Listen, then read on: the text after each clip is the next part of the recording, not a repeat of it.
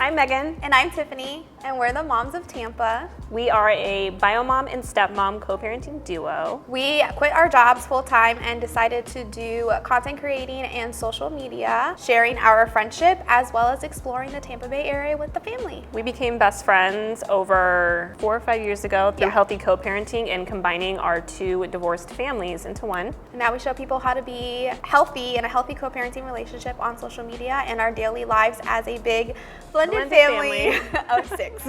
So the first question we have here is, what are some favorite kid-friendly activities in Tampa Bay? Our favorite thing to do as a family is we get zoo passes every year. It's great, especially around the holiday time, because they do so many different holiday activities. Halloween, Christmas, they decorate the zoo, they bring in reindeer, and just going during the year. They have a water park area there. And a bunch of other small events that are perfect for the kids, perfect for the adults. It's always something different every single time. Our kids, from the time they were babies up until now, still absolutely love going. Another place we love going, because we always have the kids with us, is the St. Pete Pier. There is so much to do there now since they've renovated it. They have a humongous park that the kids are obsessed with. And literally right next door to the park is like a little bar / dessert area with ice cream. So it's definitely a great time to spend a few hours and just like beat the heat. How do you keep balance with your life and your kids? I think finding other moms in the Tampa Bay area that have kids so you can hang out with other people who understand what having kids is like. And finding a lot of kid-friendly things to do in Tampa really has helped us. I think we lean on each other a lot. So my husband and I can, go out and do something together if we need to, and same with them. They'll take both of my sons, even if, she's only technically responsible for one.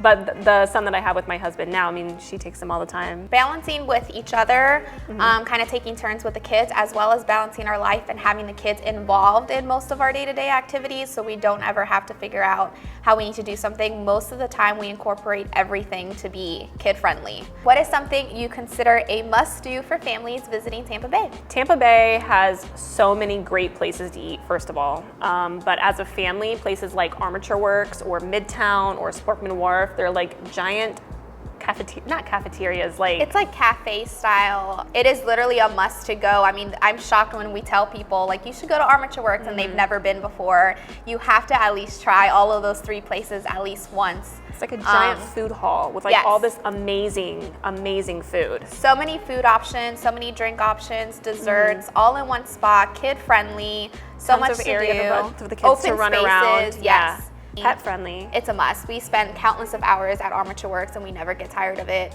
Sparkman Wharf the same way. They are all very similar to each other as Bacon Babes at Armature Works is a must. You have to take your kids there. Their ice creams are huge. Desserts.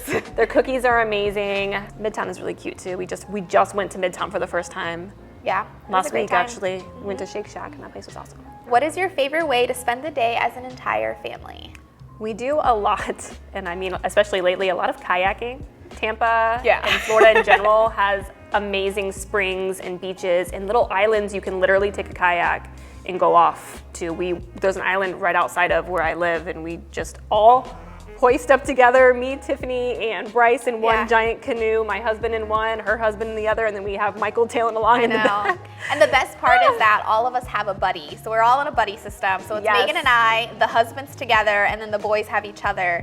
So we always have someone to talk to with such a big family. Tons of beaches, beautiful clears, water, white sands, everywhere. You'll run into water in Florida. We also took the kids to Captain Jack's pirate ship in I think it was on the Riverwalk. Great time. So much to do for the kids. They had them taking pirate courses. There's a bar also. We had a couple drinks. Bryce had a blast. It was a really good time. And it was perfect for such a big family like ours. We need enough space for all of us to intermingle and have a great time without it being too chaotic.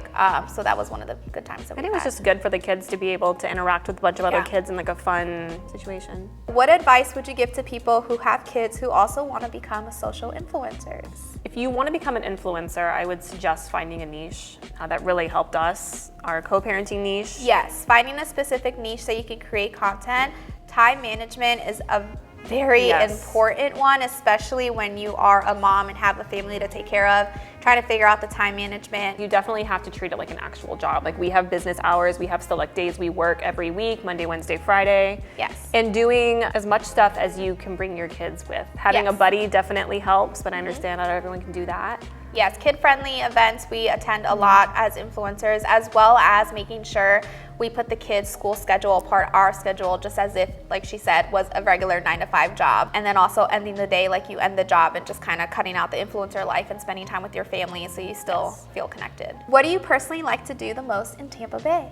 Tampa has so many places that have amazing craft cocktails. We like to drink. We're moms who like to drink, okay? And we actually found a winery out in Plant City that is family friendly. Yes. Has a petting zoo and is a farm.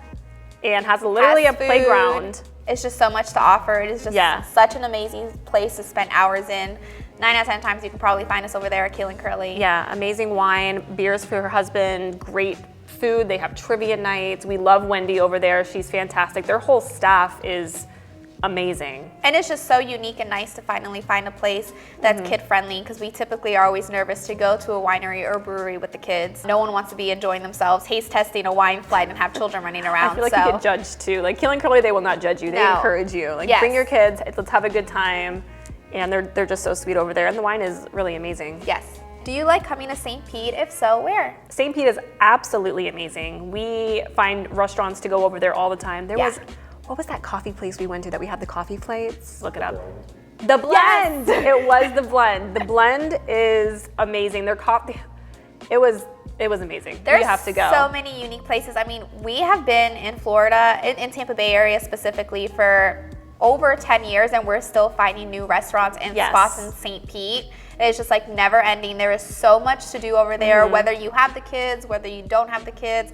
Nightlife in St. Pete is a whole nother topic. Yes, it is. That's a great time. The beaches over there are absolutely amazing. They have a place called the Sunshine Kitty Cafe where you can go and literally hang out with cats for like an hour.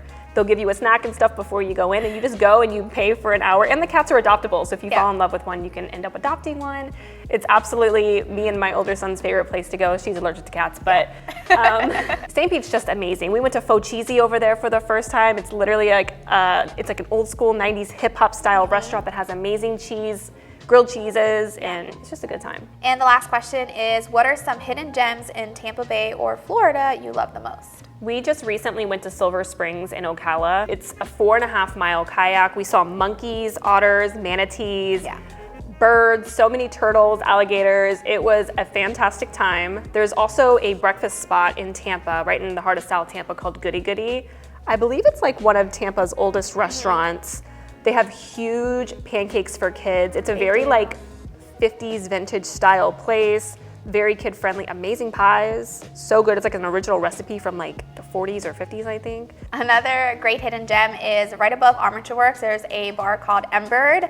We literally couldn't get a chance to go over there because you can't bring kids up there, but once you find a babysitter, that is a must to go. Such an amazing place with beautiful views. Yes, of all Tampa Bay. Yes. And then another awesome little beach spot that most people don't know is a little area called Little Harbor in Fresken, I believe. It's Apollo Beach, I think. Apollo Beach area. It's perfect for families, and it's tucked away, so a lot of people don't know it, but it's definitely a must to go if you are in the area. Thank you guys for submitting all the questions. I hope we answered everything to your liking. Again, we are the Moms of Tampa. Yes, you can find us on Instagram under Moms of Tampa Happy Hour, Moms of Tampa Beauty. Yes. On Facebook and YouTube as well. And then we do have a podcast called From Blended to Besties. We're also on TikTok, Moms of Tampa and Moms of Tampa too.